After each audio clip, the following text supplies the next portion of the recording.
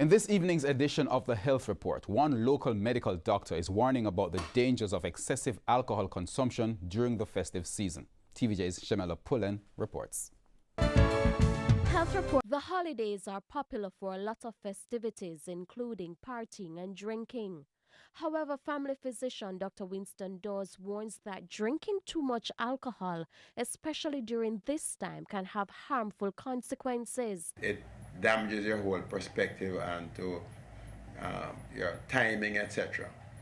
So you might be sedated as well as being stimulated at the same time.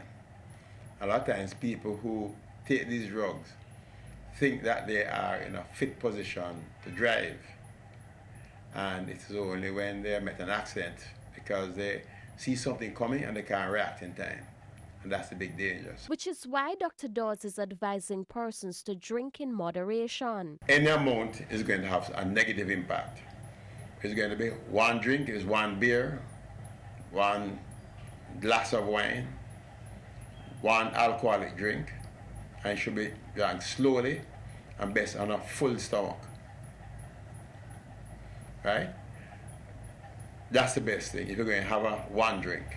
But once you start going 2, 3, 4, then you're putting yourself at increased risk. Drinking lots of water or coconut water is a good way to flush some of the alcohol out of your body.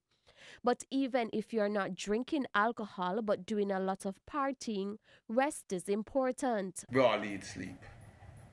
And your body is a guide as to how much partying you can do.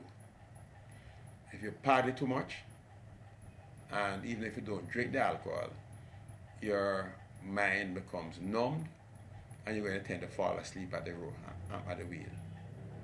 So, moderation, right? There is next year, we all want to see next year. With your health report, I'm Shemela Pullen wishing you good health. Health Report.